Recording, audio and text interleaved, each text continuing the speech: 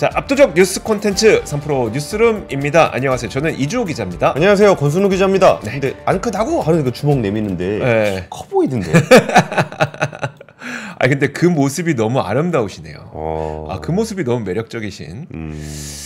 그리고 요새 맨날 강조하지만 우리가 어제 고민했죠. 네. 젠슨왕의 그 HBM 발언이 과연 호재일 것인가 아닌 것인가 깊게 생각해보면 별 얘기 아닌 것 같지만 주가는 올랐으면 좋겠다. 그렇죠. 네. 아, 시원하게 올랐습니다. 그리고 그 전에 이제 우리 권 팀장님도 항상 했던 이야기가 요즘 시장이 오르내리는 건 삼성전자 때문인 것 같다. 네, 또 삼성전자 오르니까 또 지수 오르고. 삼성전자 네. 2.79% 상승하고 코스피 1.03% 상승하고. 야, 오늘은 시간외에서 뭐 안 터지나 제노님. 아, 좀 요런 건 좀 터졌으면 좋겠습니다. 시원하게. 그러게요. 시원하게 터져줬으면 어차피 좋겠습니다. 가야 될 길인데 참 더디게 가네요. 네.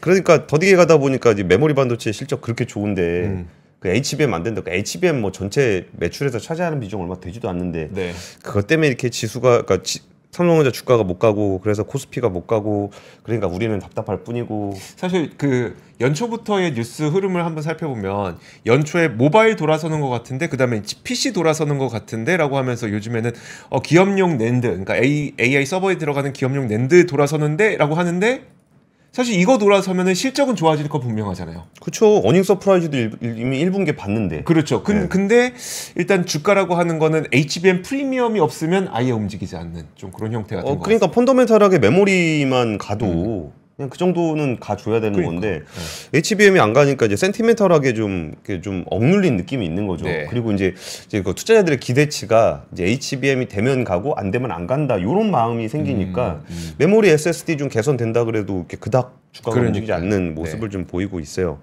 그래서 삼성전자 참 답답합니다. 그동안에 이게 얼마나 예전에는 삼성전자 그러면 뭐 한다 그러면 야 삼성전자 왜 못하냐 그러면 좀 있으면 저희 양산 들어갑니다. 뭐 이게 삼성전자인데 먼저 하진 않더라도 그렇죠. 뒤로는 잘하는 게 삼성전자였는데 그런 저력이 좀 많이 떨어진 게 아닌가. 네. 좀 그런 생각이 좀 들긴 합니다. 그 뭐 젠순왕의 말 한마디에 이제 깜빡 죽는 그런 게 좀 씁쓸하기도 하고. 네. 그러니까 이제 나머지 뭐 주식들은 이렇게 돌잖아요, 지수가. 네. 요거 잠깐 올랐다 저거 잠깐 놀다가 뭐 그래가지고 지금은 석유 관련주가 가는 걸로 국민 테마주 돌고 있습니다. 대통령 발로 해서. 네. 좀 이상하긴 하죠. 지금 좀 말이 많습니다. 근데 사실 그러니까 이런 이슈는 우리가 자원개발 테마 많이 보지 않았습니까? 많이 봤죠. 그러니까 뭐 되기도 하고 안 된 것도 종종 있어요. 네, 네. 뭐 예전에 말씀을 드렸지만 저기 뭐 SK어스라든지 아니면 포스코도 사실 된 거잖아요. 포스코 인터 같은 데도 되고 그러니까 되는 경우도 있긴 있는데 뭐 그렇다고 해서 거기가 뭐 이렇게 뭐 엄청난 그런 건 아니었잖아요. 돈을 잘 버는 거지 따박따박하니. 근데 어쨌든 2,000조 가스전, 2,000조 석유 가스전에 대한 관심이 높아지면서 그 액트지오라는 회사가 뭐 하는 회사냐, 뭐 이런 얘기를 조금 하면서 액트지오의 빅토르 아브레우 박사가 오늘 인천공항을 통해 입국을 했습니다. 여기 그 연구했던 그 연구소의 고문이라고 하는데요. 네. 와야죠. 와서 얘기해야죠. 이게 대통령 뭐 아무래도 우리나라 정부에서도 좀 불렀을 거고. 근데 이분 미리 불러놓고 했어야 되는 거 아닌가 싶기도 해요. 그럴 수도 있겠네요. 네. 이분이 어떻게 연구했는지 당연히 궁금할 거고 거기에 대해서 좀 상세하게 설명을 할 거고. 그러니까 이분이 나타나질 않으니까 그 뭐 링크드인이라든지 거기 지도 보면서 뭐 개인 사무소 지금 주택에서 뭘 연구하냐 뭐 이런 얘기들도 좀 나오고 하는데 근데 사실 근데 이분이 와서 무슨 얘기를 한다고 한들 이게 진짜 들어있는지 안 들어있는지는 이분도 모르는 거잖아요. 그렇죠. 그러니까 사실 이런 거의 그 자원 개발의 그 순서를 보면은 요 정도 됐을 때 세레모니를 많이 합니다. 네. 근데 세레모니를 많이 하는 이유가 여기에 있을 것 같은 느낌이 드니까 펀딩을 받아서 네. 이제 시추를 좀 해봐야 되겠다. 뭐 이런 이유로 이제 세레모니를 많이 하게 되는데 이게 그 세레모니를 우리는 남의 돈으로 하는 게 아니잖아요. 그렇죠. 우리나라 정부 돈으로 하는 거라 뭐 대통령까지 나서서 세레모니를 하는 게 적절하지 않았다라고 생각해요. 근데 왜 그러냐면 이게 대통령이 뭐 광팔라 그런 거냐 이 얘기를 하려 그러는 게 아니고 그 리스크가 있으니까. 그러니까 좀 시추를 했는데 진짜 석유가 나왔다. 막 그럴 때 조금 얘기해 주면은 좀 그렇죠. 좀 더 신뢰감이 좀 있지 않았을까 싶은데 뭐 예를 들어서 저기 어디 산업통상자원부 국장님이나 이런 분이 나와서 뭐 했는데 아니 뭐 자료상으로 보니까 좀 있어 보여갖고 좀 해보려 그럽니다. 이 정도였으면 이렇게까지 크게 이슈가 되지는 않았을 거고. 그렇겠죠. 네. 그러면 부담이 조금 덜했을 건데 이게 조금 기대치가 좀 너무 높지 않은가라는 생각은 좀 들고요. 아브레우 박사님은 와가지고 했던 얘기가 그 한국에서 많은 의문이 제기가 돼서 방안을 결정을 했다. 이번 프로젝트가 매우 중요하기 때문에 국민들에게 좀 더 명확한 답변을 드리기 위해서 한국을 찾았다라고 얘기를 했고요. 7일에 공식적인 기자회견을 한다고 하니까 그때 많이는 설명을 해주시겠죠. 근데 여기서 뭐 제가 이런 거 많이 취재해 보진 않았지만 이런 거 취재를 해서 이제 나중에 나올 때 되면은 어떤 일이 벌어지냐면 이건 제가 이제 그 우리나라 언론과 제가 언론을 대표하는 그런 사람은 아니잖아요. 그냥 한 명의 그 잔바리 기자로서 일단 이분이 뭐 좀 설명하다 좀 어렵게 얘기를 하잖아요. 그럼 알아듣기가 너무 어려워요. 그렇죠. 못 알아듣겠죠. 네, 우리가 뭐 전문가인데 자원개발 관련한 얘기를 뭐 전문적으로 취재를 해본 적도 없고, 그 이제 우리가 이제 말로 논리적으로 설명할 수 있는 부분 정도를 물어보는데, 그럼 뭐 이렇게 돼갖고 이렇게 되면 이렇게 된다. 요러면은 그런가? 아니면 할 수 있는 질문이 못 믿겠는데요? 이거밖에 없어요. 그러네요. 그러니까 그래서 이제 이분이 좀 설명을 하게 되면은 약간 그런 분위기가 연출되지 않을까라는 생각은 좀 드는데, 근데 그럼에도 불구하고 요새 세상이 좀 변해가지고 이런 것도 이제 기자회견하면 예전에 민희씨 기자회견하듯이 국민적 관심이 분명하게 되면은 생중계하는 데도 있을 거고, 그러면 거기에 또 이제 이쪽 바닥에서 좀 잔뼈가 굵은 분들이 현업자들이 거기에 대한 또 댓글도 좀 달고 그러면서 조금 예전과는 좀 다르게 뭔가 좀 더 깊이 있는 얘기가 나눌 수 있지 않을까 싶은데 그럼에도 불구하고 이제 우리가 확인할 수 있는 부분은 그 탐사파로 한 거밖에 없기 때문에 거기에 대해서 뭔 얘기가 나오더라도 그러니까 뭐가 나온들 여기가 석유가 있는지 없는지는 뚫어봐야 아는 거니까. 그렇죠. 우리가 원하는 것만큼의 답이 없긴 하겠지만 할 수 있는 것만큼은 해야 되지 않을까 싶고요. 아브레오 박사는 석유공사로부터 조사된 광고에 대한 사업성 평가를 의뢰받았다. 이전에 깊이 있게 분석을 해본 적이 없는 새로운 자료들이다. 그래서 더 많은 정보를 드리겠다라고 얘기를 했습니다. 그리고 이분의 스펙 다들 궁금해 생각했는데 아브레오 박사는 현재 그 CEO에서 내려와서 고문 역할을 하고 있고 미국 퇴적 지질학회 회장과 전 엑손모빌 지질 그룹장 등을 역임했다. 그리고 이제 가이아나 유전 탐사 작업에 주도적으로 참여했다라는 얘기를 했고요. 그리고 이제 아브레오 박사는 나는 심해 탐사 프로젝트에 대한 경험이 풍부하고 액트지오가 규모가 크진 않지만 전문성은 세계 최고라고 자부한다. 포항 석유가스전은 매우 유망한 기회이며 이를 명확히 하는 데 도움을 주기 위해 한국행을 결정했다라고 얘기를 했습니다. 뭐 이런 거 보면은 보통 이렇게 그 용역을 받아서 하시는 분들은 당연히 그렇죠. 트랙 레코드가 있어야지. 그리고 이게 다 경제성 있다고 얘기하지 경제성 없다 그러면 용역 안 하잖아요. 그래갖고 이런 부분들을 그러니까 분석할 수 있는 수준이 이 정도밖에 안 된다는 거예요. 논평, 그러니까 제가 논평할 수 있는 수준이 에이 그 용역 받았으니까 딱 그렇게 얘기해. 이런 정도밖에 논평을 할 수밖에 없는 그런 상황에서 너무 이렇게 그러니까 크게 기대는 안 했는데 그러니까 주변 분들하고 얘기해 보다가 그 얘기 하더라고요. 이거 되면 우리 막 노르웨이, 노르웨이처럼 막. 국민들한테 용돈 막 주고 이런 거 되는 거 아니야? 팔아서, 가스 팔아서. 그리고 그 생각은 안 해봤거든요. 그냥 자원개발 테마에서 좀 돈 좀 버나 본다고 생각했었지. 야 우리 국민들이 막 진짜? 뭐 이 생각은 안 해봤는데 그런 거라 그러면 좀 과도한 기대가 아닌가 싶기도 하고. 그러니까 우리나라 광고 한번 살펴볼까요?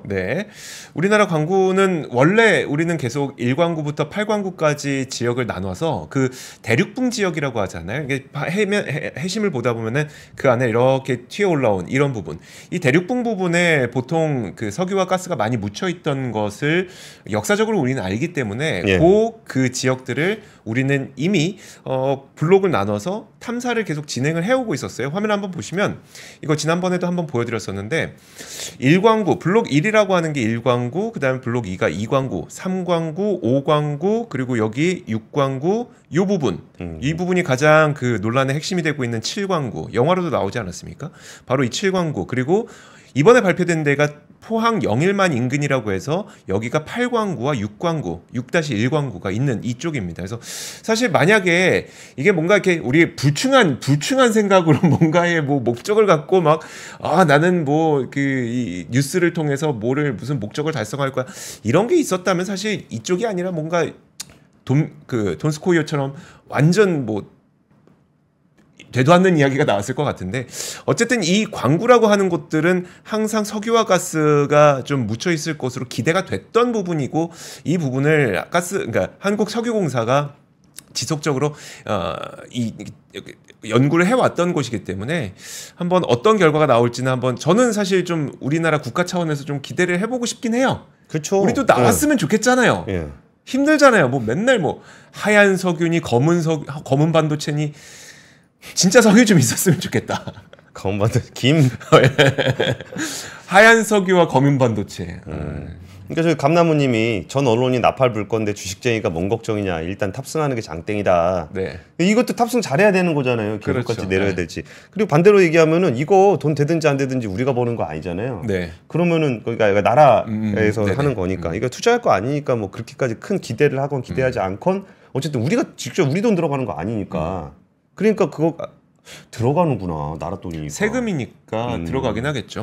그래가지고 뭐 이거를 너무 열광하지도 너무 그러니까 예를 들어서 저런 게 있었어요. 그 20% 확률이다. 가능성 20% 있다. 네. 그럼 5개를 꽂으면 4개는 망하는 거죠. 아니죠. 100%냐. 아니 뭐 그렇게 생각해요. 2000주 중에 20%면 400조는 먹고 가는 거냐.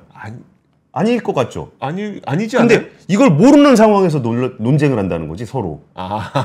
네. 그러니까 제 생각은 광구 기준으로, 그러니까 여기가 있는데 요런데 뭐 예를 들어서 한국 옆에 하나 있고, 네. 저기 어디 뭐 태평양 어디에 하나 있고, 네. 뭐 저기 뭐 사우디 옆에 뭐 하나 있고 이렇게 5개가 있으면 요 네. 비슷한 지형을 발견했을 때 5개를 꽂아 보면 그 중에 하나 나오더라. 네. 이래서 20%인지. 아니면 한 번에 딱 꽂았는데 안 나와가지고 이렇게 꽂아보는 그래서 20%인지 여기에 대한 기준조차도 우리가 모른다는 거예요. 그렇죠. 네. 근데 그거를 산업부에서도 설명을 할 때 뭐 5개를 꽂으면은 뭐 100% 이런 거는 너무 바보 같잖아. 그렇죠. 그러니까 이런 거는 이제 전문가들이 함께 얘기를 좀 해줬으면 좋겠는데 이미 좀 국가적으로 이게 큰 이슈가 된 이상 전문가 섭외가 굉장히 어려운 상황입니다. 그러니까요. 예, 다음 뉴스 가시죠. 사실 다음 뉴스가 좀 연결이 되어 있습니다.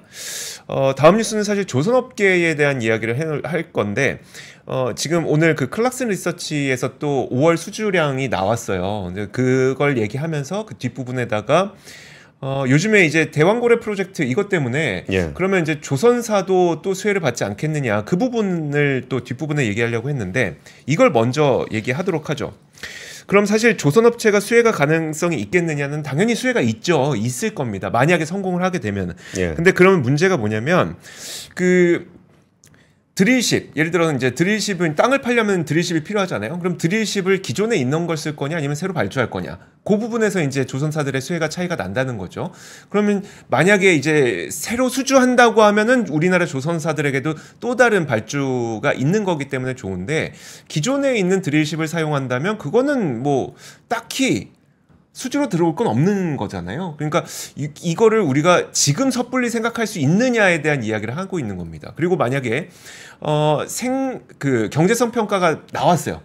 그런데 경제성을 평가해 보니까 이게 내수로는 어느 정도 사용할 만한데 그러면 수출까지는 안 될 것 같은데라고 만약에 나올 경우.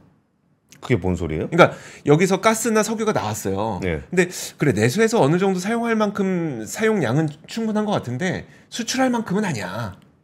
아니 그럼 수입 안 하면 되니까 그 말이 그 말 아니에요? 그렇긴 한데 네. 그러면은 만약에 우리가 수출을 하게 될 경우에는 그 수출 물량을 나르기 위해서 또 배가 필요하기도 하고 이런 부분이 있잖아요. 근데 만약에 수출할 물량까지는 아니야라고 하면은 그냥 파이프로 연결하는 게 훨씬 더 이득이라는 거죠. 경제성이 난다는 거죠. 그러니까 이제 그런 쪽에서 추가적인 경제 효과가 있냐? 그러니까 이제 거길 통해서 뭐 조선사라든지 그렇죠. 뭐 관관이라든지 실질적인 이익. 그렇죠. 이조 기자님, 그게 실질적인 이익이 있을까 없을까가 지금 주가랑 상관없잖아요. 아까 누가 얘기해줬잖아. 그냥 올라타는 거라고 이런 거. 그냥 올라타는 거라고. 그러니까 우리가 뉴스 하시죠, 뉴스. 알겠습니다. 자, 지난 5월 전 세계 선박 수주량 가운데 우리나라 조선소의 수주 점유율이 10%밖에 안 나왔습니다. 좀 많이 적죠? 예. 국가별로는 한국이 17만 우리가 한 40% 정도까지는 했었죠. 그렇죠. 많이 할 때는. 네, 그렇죠. 근데 5월에는 우리가 두 척 했습니다. 두 척.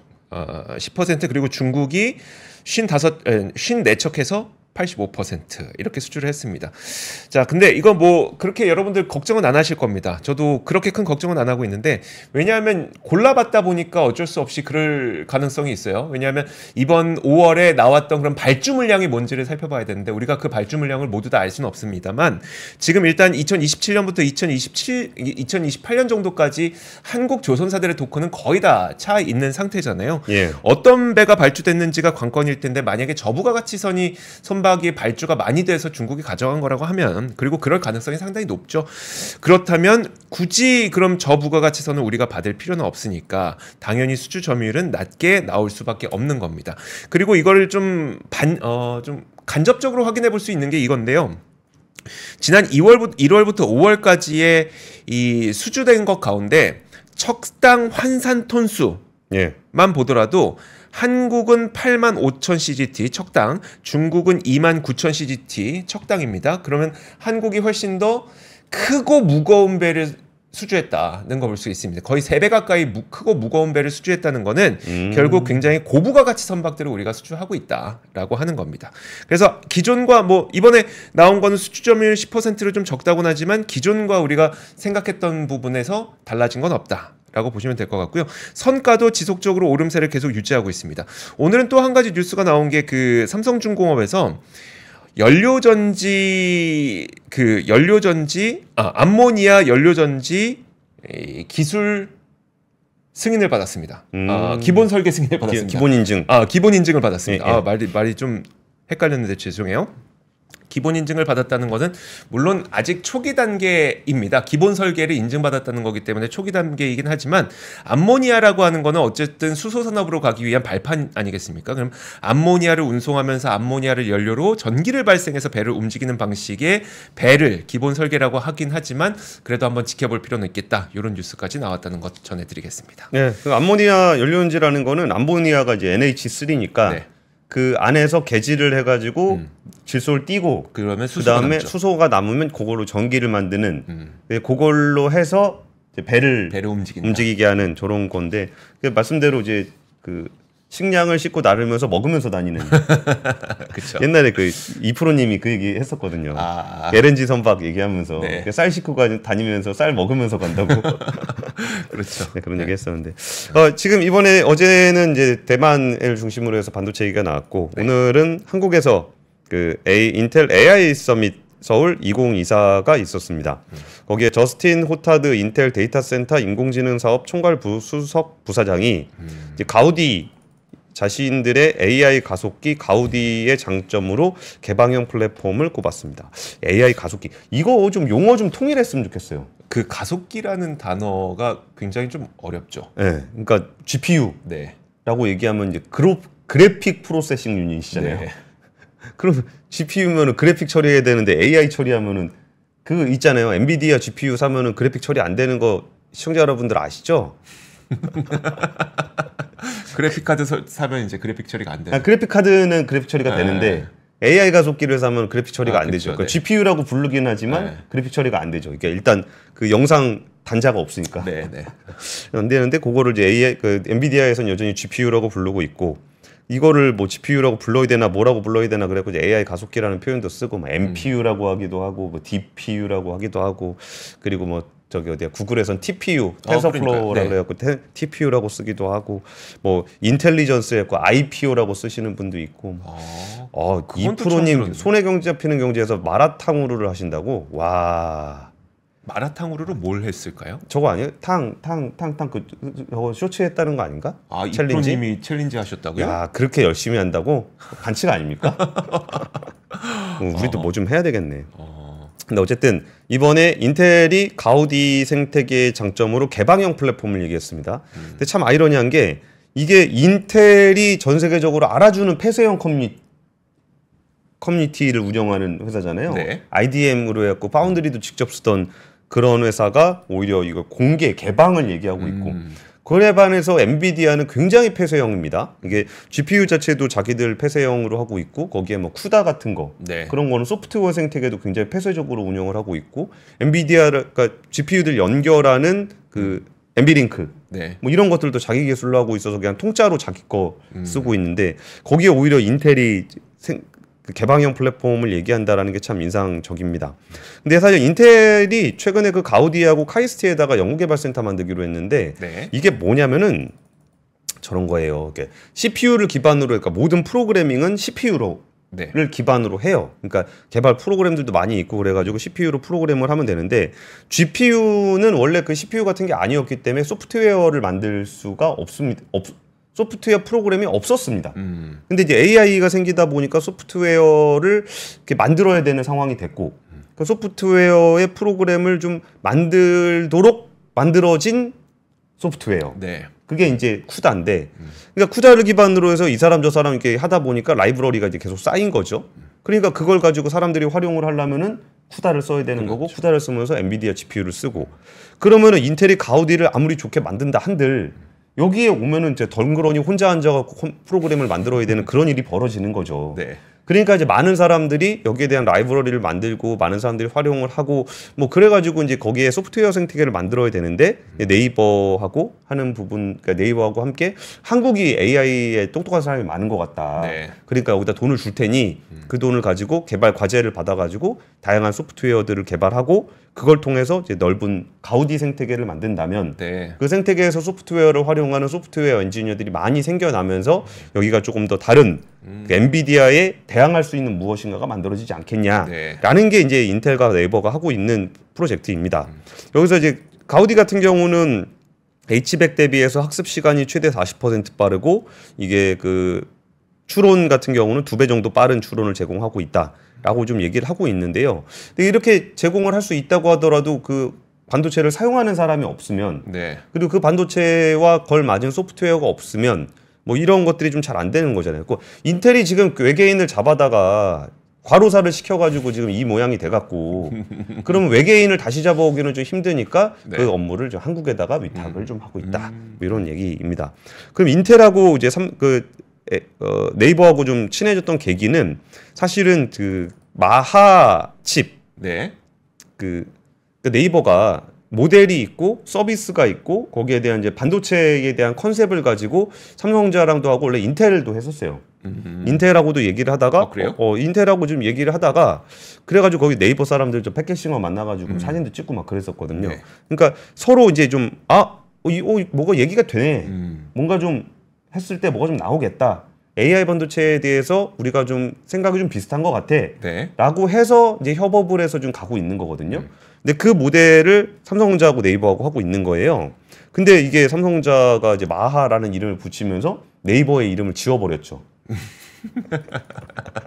그렇죠. 원래 그런 거 있잖아요. 중소기업 컨셉 보고서 나 이거 따라한 건 아닌데 컨셉은 괜찮은 것 같은데 네. 그럼 내가 할게. 근데 네 컨셉, 너는 컨셉만 있었지 실질적인 기술은 내가 지원했으니까 이건 내 거야. 네. 뭐 이런 컨셉입니다. 이게 중소기업만 대상으로 하는 게 아니에요. 진짜 이거 좀 너무하는 것 같아. 이거 보면서 반도체 업계에서는 뭐라 그러냐면은 파운드리, 네. 삼성전자 파운드리에다 이거 맡기겠냐. 그럼 안 맡기죠. 그러니까 이런 반도체를 내가 만들어 주세요 하고 팹리스가 이제 설계도를 가져가면 네. 그 설계도를 보고서 이걸 실질적으로 파운드리에서 직접 칩을 만들 수 있을지 없을지는 중간에서 이걸 조정해 주는 디자인 하우스가 있어요. 네. 그러면 이게 팹리스 회사들은 반도체 설계를 하는 거고 실질적으로 생산을 하기에 필요한 부분들을 이렇게 조율을 해주는 거거든요. 네. 왜냐하면 반도체 공정에 대해서는 팹리스 설계 업체가 다 알 수는 없으니까. 그렇죠. 네. 근데 만약에 이거를 뭐 이게 꼭 그냥 직접적으로 그렇게 할 수는 없지만 파운드리 업체에다 갖다 줬더니 야 이거를 실질적으로 설계하려 그러면 요렇게 바꿔야 돼. 네. 그래놓고 자기가요? 그리고서 요렇게 바꿔야 되는 거는 이거 바꿨잖아. 네. 그럼 내 거. 그럼 다른 거네. 그럼 내 거? 그럼 내 거네. 이럴까봐 그러면 안 걱정이 되지. 된다는 거예요. 그래서 뭐 디자인 하우스라든지 그러니까 인텔 같은 경우는 오히려 이제 그런 업체들 오면은 내가 가지고 있었던 아무도 못 쓰는 그 IP, 네. 지적재산 그동안 나만 쓰던 거를 다 공개해가지고 니네한테 줄게. 그럼 니네 거 칩 만들 때 거기에 더해가지고 해줄 테니까 우리 파운드리로 와. 네. 이게 지금 인텔의 마케팅 전략이거든요. 근데 이런 거는 굉장히 악재예요. 이런 식으로 하면 삼성전자 파운드리에 뭐 믿고 맡길 수가 없잖아요. 없죠. 그러니까 오히려 내가 10을 갖다 줬더니 여기가 5를 얹어서 나한테 15를 갖다 주네? 네. 그러면 그래야죠. 가죠. 그렇죠. 그러니까 이게 지금 인텔 파운드리의 전략인데 10을 갖다 줬더니 15로 만들어서 자기가 가져가네? 그러면 안 되는 거잖아요. 그렇죠. 예. 그러니까 인텔이 개방형 생태계를 얘기하고 있는 이런 상황이 참 아이러니하다라는 느낌을 좀 받았습니다. 항상 역사는 반복되는 것 같습니다. 우리는 요즘에 미국이 보호무역주의를 하면서 중국이 개방무역주의를 외치고 있잖아요. 그리고 예전에 이제 애플이 그 폐쇄형 생태계를 하니까 구글은 오픈형 생태계를 하고. 그렇죠. 그리고 또 그 오픈 AI 마이크로소프트가 또 이제 폐쇄형으로 인공지능 LM을 갖고 있다 보니까 또 이제 메타에서는 개방형으로 한다고. 예. 그러니까 1등이 뭐 하면 그냥 반대편에 있는 사람들은 그냥 반대편에서 하는 것 같습니다. 그런데 그런 움직임이 우리나라 물류업계에 지금 좀 나타나고 있는 것 같습니다. 아, 이렇게 자연스럽게? 다음 뉴스로 이어가시죠. 저 이 뉴스 보고 깜짝 놀랐는데 일단 그 헤드라인은 신세계랑 CJ가 뭉친다, 힘을 합친다 이겁니다. 그런데 요거는 사실 뭐 그럴 수 있어요. 그럴 수 있는데 거기에서 SSG닷컴과 G마켓 물류를 CJ 대한통운에 맡기기로 했다. 이게 지금 그 보도자료에 나온 내용을 보면은 일단 SSG닷컴은 쓱배송, 새벽배송, 물류센터 이런 시스템의 운영 상당 부분을 CJ 대한통운에 맡기는 방안을 추진한다. 특히 김포와 오포의 SSG닷컴 물류센터입니다. 이거는 진짜 물류센터를 CJ 대한통운에 단계적으로 이관하는 방안에 대해서도 협의 중이다라고 이야기를 했습니다. 네? 신세계의 물류센터를 CJ에다가 이관한다고요? 이관한다. 도대체 이 이관이 무엇이냐? 일단 운영 측면에서는 그러니까 제가 이게 그 여러 업계에 계신 분들에게 좀 이관이 도대체 뭡니까?라고 이렇게 물어봤더니 일단 이관이라고 하는 것은 운영 측면에 있어서 이 쓱닷컴의 물류센터를 CJ 대한통운이 시스템을 운영해 주는 것을 포함을 해서 만약에 잘하면 나중에는 그러면 매각하는 것까지도 고려하고 있는 게 아니겠느냐라는 해석을 좀 하고 계시는 것 같더라고요. 그래서 매각. 네, 그렇게 되면은 사실 저는 이게 어떤 식으로 보였냐면 사실 G마켓은 이르면 내달부터 이길 보장 택배 서비스를 CJ 대한통운에게 맡길 수 있다는 이야기가 또 나왔거든요. 예. 그러면 물류가 쿠팡과 CJ 대한통운으로 양강구도로 되는 거 아니냐 우리나라에서 라는 생각이 들게 된 겁니다. 왜냐하면 이제 쿠팡의 경우에는 전국에 이제 물류센터를 갖고 있는데 CJ 대한통운이 지금 물류를 갖고 있는 걸 보면은 일단 네이버 갖고 있죠. 알리익스프레스 지금 CJ 대한통운이 하고 있죠. 여기다 쓱닷컴까지 하게 된다. 그러면 굉장한 물류의 그 시장 변화가 있지 않겠느냐라는 생각까지 오게 된 겁니다.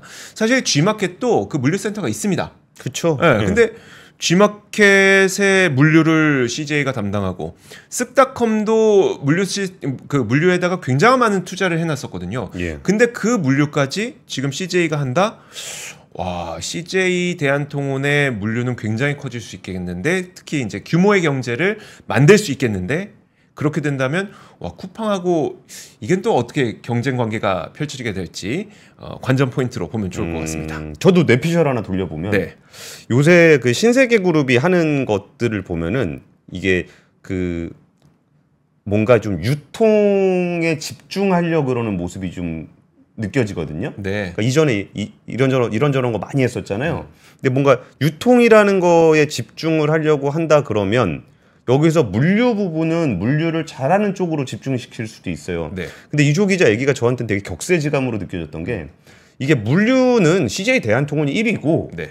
그 쿠팡은 원래 자기 거 하던 애예요. 그렇죠. 네. 자기 물류하는 거였단 네. 말이에요. 그게 뭐 1PL, 2PL, 3PL 그래가지고 자기 물류하는 거, 남의 물류하는 거 뭐 이런 거 있는데 네. 그러니까 사실 쿠팡은 물류업계의 경쟁자가 아니에요 원래. 그렇긴 근데 하죠. 자기 물류가 워낙 많아지니까 물류사들이 견제를 하게 된 건데 네. 그러니까 1PL 자기 물류를 하던 그 유통업체들의 물류까지 대한통운으로 몰아서 물류 쪽의 전문성을 높이고 네. 자기는 본업인 유통 쪽에 집중을 하면서 이런 식의 협업 구도로도 볼 수 있지 않을까 네, 네. 라는 생각이 좀 드는데 요새 실제로 뭐 이마트 할인 행사 같은 거 하는 거 보면은 네. 그 조금 느낌이 좀 다르거든요. 예전에 뭐 월마트라든지 코스트코라든지 이런 데들 보면은 진짜 뭐 딴 거 안 하고 싸게 많이 네. 공급해 드립니다. 뭐 이런 게 유통 회사의 최대 덕목 아니겠습니까? 그렇죠. 근데 거기서 뭐 재밌는 거 뭐 이런 거는 우리가 뭐더라 피에로마트 뭐 이런 거 해서 재밌게 피에로 쇼핑 있었죠. 재밌게 와서 노세요. 그런 거 재밌는 데 얼마나 많은데. 재밌는 데 가서 놀면 되지. 네. 우리가 마트에 뭐 재미로 갈 필요는 없잖아. 진짜 좋은 거 싸게. 네. 이런 것들에 집중하는 것 같아서 오히려 물류 1위와 유통 쪽에 있는 강자가 서로의 오히려 딱 그 겹치던 영역들 좀 분리해가지고 하는 것 같은 느낌도 조금은 있습니다. 근데 조금 더 지나봐야 알 것 같습니다. 그렇죠. 네. 저는 국뽕 뉴스 한국이 드디어 1인당 국민소득에서 일본을 따돌렸습니다. 오 진짜입니까? 예. 그 국민계정통계지표의 기준 연도가 바뀌었습니다. 네, 통계 수치의 기준점을 바꾸면서 한국이 일본을 제쳤습니다. 한국은행이 발표한 국민계정 2020 기준년 1차 개편 결과에 따르면 네. 한국은행은 국민계정 통계 기준년을 2015년에서 2020년으로 바꾸고 이를 우선 2000년에서 2023년 시계열에 반영을 했다. 네. 그래가지고 1인당 국민소득이 일본을 따돌렸다. 그리고 달러 기준으로 보니까 엔저가 우리나라보다 더 심하더라. 그래갖고 따돌렸다. 대만도 따돌렸다. 뭐 이런 얘기입니다. 네.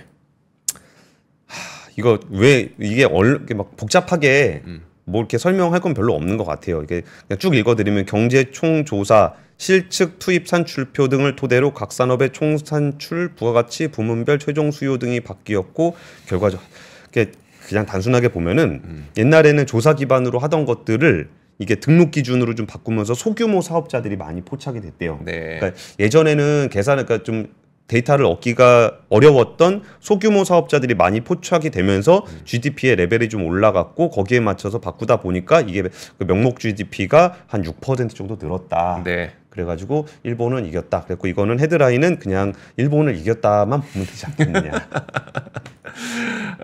근데 어쨌든 여기서 그 우려하는 부분들은 네. 이런 거 가지고 너무 호들갑 떨지 말자는 거예요. 그리고 그럼 이거 통계 가지고 조작한 거냐? 뭐 그런 거 아닙니다. 원래 5년에 한 번씩 이거 바꾸는데 이번에 그 13차 변경이래요. 네. 오, 벌써 13차예요? 예, 그러니까 기준년이 원래 5년에 한 번씩 바뀌니까 뭐 65년 된 거네요? 그러네요.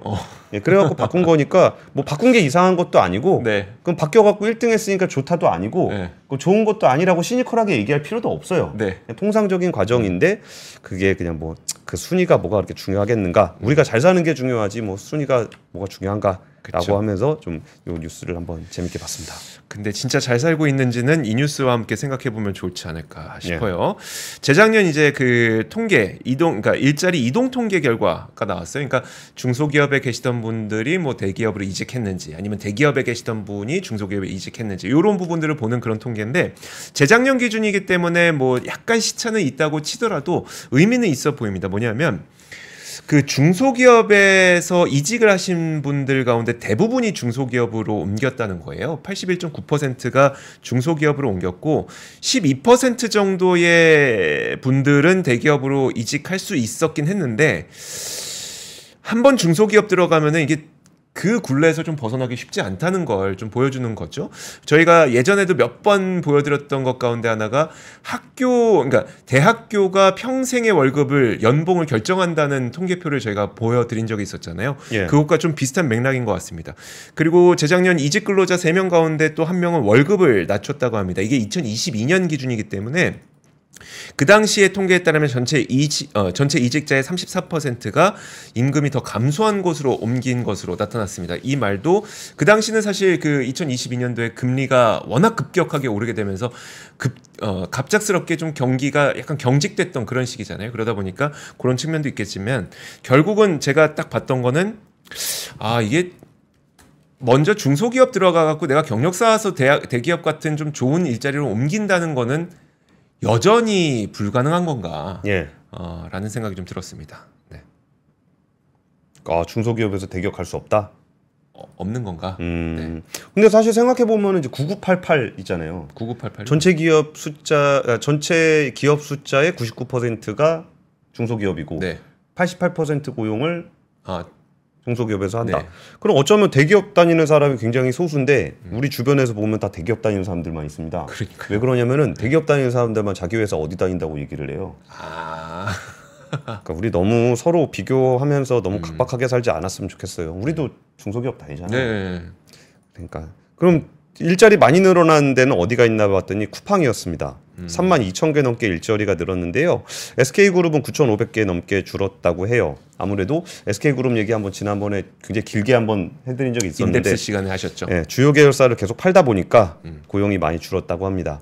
쿠팡 같은 경우는 이제 풀필먼트 서비스 고용이 3만 명대에서 6만 명대로 거의 2배 가까이 증가를 했습니다. 뭐 가장 많이 고용한 회사는 삼성전자. 네. 고용 인원이 11만 8,700명이었고요. 좀 의외였어요, 좀. 왜요? 저는 현대차인 줄 알았어요. 그러니까 뭔가 그냥 생각해봐도 현대차가 더 고용을 많이 할 것 같은 느낌이잖아요. 그래요? 삼성전자는 그 공장 보면 사람 없잖아. 그렇죠. 막 이거 막 돌아다니고. 그렇죠. 기계가 다 이상한 옷 입고 그 방진복 입고 다니는 그쵸. 사람만 네. 돌아다니고. 근데 이것도 참 신기했던 게 쿠팡의 풀필먼트 서비스 쪽이 이렇게 늘어났다라는 거는 이제 쿠팡맨들이 많이 늘어났다라는 건데 네. 그러면 이게 뭐 좋은 일자리냐 나쁜 일자리냐 이걸 떠나서 쿠팡이라는 회사도 정말 우리나라 역사를 쫙 돌아보면은 중소기업이 대기업이 된 경우가 많지 않아요. 그러니까 뭐 한때 좀 뭐 셀러리맨의 신화, 네. 웅진그룹 거기 윤석금 회장님 요새 뭐 하시는지 모르지만 웅진그룹도 그때 굉장히 어려움을 겪었었고 네. 뭐 STX그룹의 강덕수 회장 STX 그룹. 완전히 네. 다 날아가 버렸고 그렇죠. 그러니까 예전에는 좀 큰 그룹이라 그랬던 뭐 동부그룹이라든지 네. 아니면 뭐 금호그룹이라든지 뭐 이런 것들이 지금 되게 막 옛날에 30대 대기업 얘기했던 거 기억 많이 나시죠? 네네. 근데 입에 익숙하잖아요 30대 대기업. 그렇죠. 근데 지금은 30대 대기업이라 그러면 누가 얘기를 합니까? 근데 그러면은 정말 이렇게 작은 기업에서 우리나라에서 작은 기업이 정말 대기업으로 성장한 경우가 있는지를 살펴보면은 별로 없어요. 그렇죠. 한 20-30년 돌아봐도 별로 없어요. 배달의 민족? 셀트리온? 셀트리온 정도면은 네. 뭐 인정할 만하네요. 네.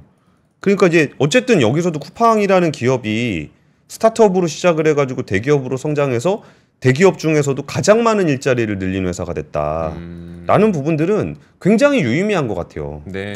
기존에 있는 기업들이 뭐 직원 숫자를 굉장히 많이 늘리기는 쉽지 않고 이런 회사들이 뭐 이렇게 좀 뭔가 대기업으로 성장을 하고 거기서 많은 고용을 일으키고 이러려면은 뭔가 좀 또 작은 기업들이 클 수 있는 네. 대기업으로 성장할 수 있는 그런 사회적 분위기도 좀 많이 만들어지게 되지 않을까라는 생각을 하면서 저희 3프로TV도 대기업으로 성장할 수 있게 여러분의 많은 지지와 후원과 그냥 저희 좋아요, 구독 좀 부탁드리겠습니다. 좋아요, 구독. 탕 마라탕으로 한번 하세요. 탕. 자, 그러면 3프로 뉴스룸은 여기서 마치겠습니다. 저희는 목요일에 올게요. 목요일 맞죠? 아니죠. 금요일이죠. 예. 금요일에 올게요. 고맙습니다. 감사합니다. 박근영, 이선영, 사경인, 염승환 투자 마스터들의 세심한 케어로 건강한 투자 습관을 만드세요. 3프로 멤버십 3프로 앱에서 확인하세요.